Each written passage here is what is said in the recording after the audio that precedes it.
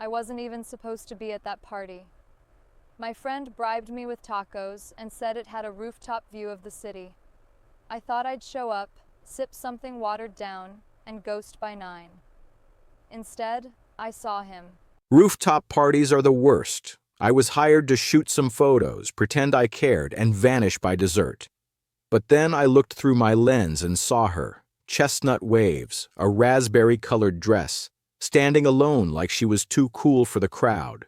She wasn't posing, she wasn't trying, she just had presence. He was leaning against the railing, camera hanging from his neck like some mysterious LA art boy cliché. But it worked. I kept catching him looking at me. I liked it. So yeah, I walked over. "Is it your party, or are you crashing like the rest of us?" I asked. She didn't just walk over, she glided, and that voice? Instant dopamine hit. I smiled and said, "Bit of both. I was hired to take photos, but I got bored. You?" "Tacos," she replied. "Strictly business." God, I was in trouble. We ended up talking for an hour, maybe more. I learned he moved to LA from New York after a brutal breakup, that he loved photography but hated influencer culture, that he thought matcha tasted like lawn clippings. We didn't even realize the rooftop was clearing out. She made fun of my Spotify playlist and called me out for using too much film grain. I liked that. I liked her. When I asked if she wanted to grab a drink somewhere quieter, she didn't hesitate. That night turned into hours. Hours turned into constant texting. The kind that makes you forget what time it is, or that you're supposed to be paying rent. He was smart, confident, the kind of guy who actually listens. But he also came with a shadow. One I didn't see coming. Not yet. Love is funny. 1 second it's warm, alive, electric. The next, cold, distant, unreachable. Liam used to look at me like I was the only thing that made sense in the world. I felt it. I know he felt it too. You don't just unfeel that. Then one day, it was like he woke up and decided I was too much. Too emotional, too intense, too everything. But I wasn't going to be erased. People don't leave me and get to be happy. She was chaos with good lighting. At first it was fun. Wild, unpredictable, passionate. Then came the jealousy, the meltdowns, the 3 a.m. fights about nothing. I had to leave before I lost myself. I did leave.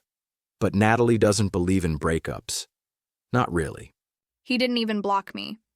That's the part people never get. When they leave the door open even just a crack. I walked through it. I saw the photos, the rooftop, her, and I knew right then. She thought she won something. I didn't even know there was an ex. Liam never mentioned her, and I didn't ask. I assumed whatever came before me stayed in the past. Spoiler alert, it didn't. It started with small things, weird DMs, anonymous comments on my photos, a burner account that knew way too much, and then came the texts from Liam. Or, at least I thought they were from him. I knew all his passwords, his email, his Spotify. I'd read his text tone from a mile away. It wasn't hard to get in. All I needed was just enough to make her doubt him. And once that door of doubt opens, it swings wide. I didn't notice at first. She started pulling back, canceling plans, getting quiet. When I asked what was wrong, she just said, "Nothing. I'm just tired." But her eyes stopped meeting mine. Her smile faded. Something was off. I saw a message from Natalie on his screen. It said, "I missed last night. Wish you'd stayed longer." I felt like I couldn't breathe.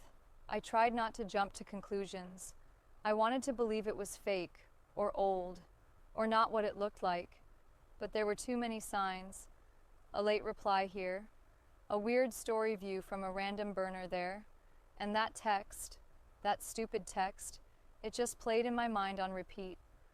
What if I'd been a rebound the whole time? I needed her to feel it. That slippery kind of doubt that eats at your spine. So I left a little breadcrumb trail. Nothing too obvious. Just a mistaken airdrop of an old photo of Liam kissing my neck. A new comment on one of her reels. This you, sis? While he's still seeing his ex? Even dropped her a DM from a different fake account. Careful with that one. He belongs to someone else. I was practically doing her a favor, saving her from the disappointment.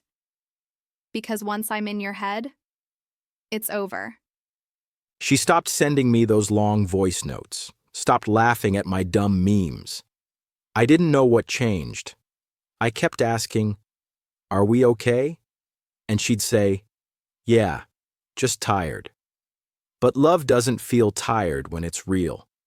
I started to wonder if she was pulling away. Maybe she wasn't ready. Maybe it was me. I didn't know how to bring it up. Hey, your possibly psychotic ex is hacking your socials and gaslighting me isn't exactly casual conversation. But then I saw her, outside my apartment, Natalie, in sunglasses, just standing across the street, not moving, watching. And that's when I realized this wasn't some insecure ex. This was someone unhinged, and I might have just walked into something way deeper than a love story. I couldn't shake it. That look in Ella's eyes, like she was trying to solve me and like I'd become a stranger overnight. One night, I stayed up scrolling through our texts, trying to pinpoint where things went sideways. That's when I noticed it. A few messages. Gone.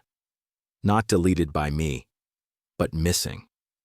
Like someone had reached into my phone and plucked them out. I checked my Instagram next. Someone had unfollowed Ella from my account.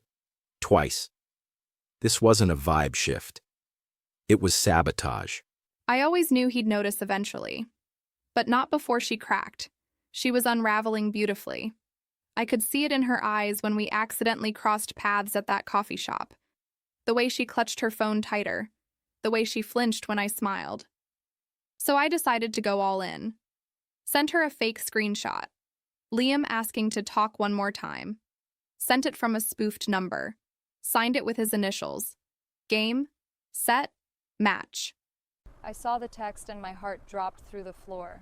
I felt sick. Like maybe I'd made it all up.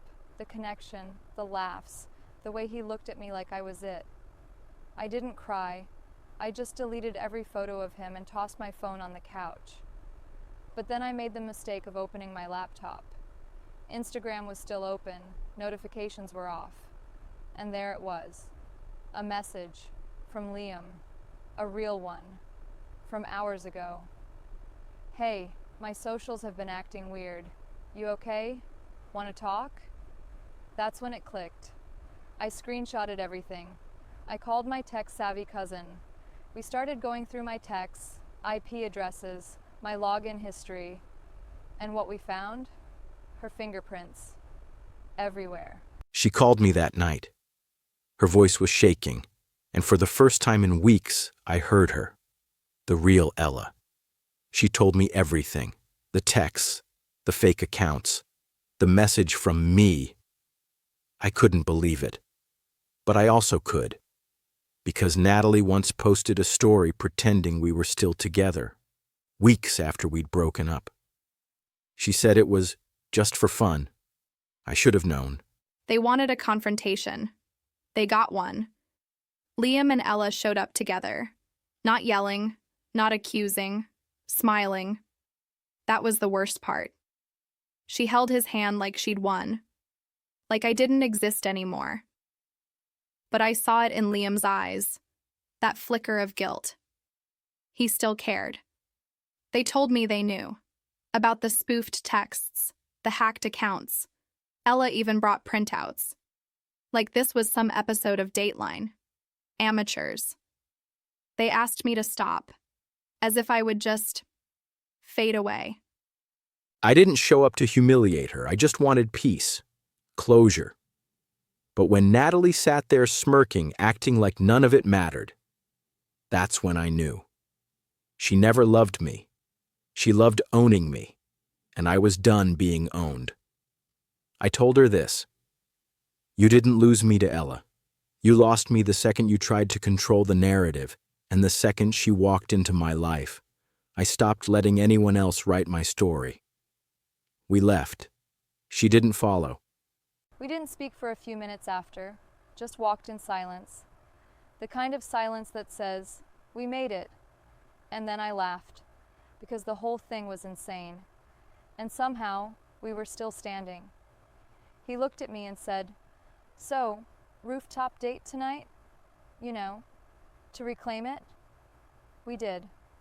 Rooftop, sunset, champagne from plastic cups.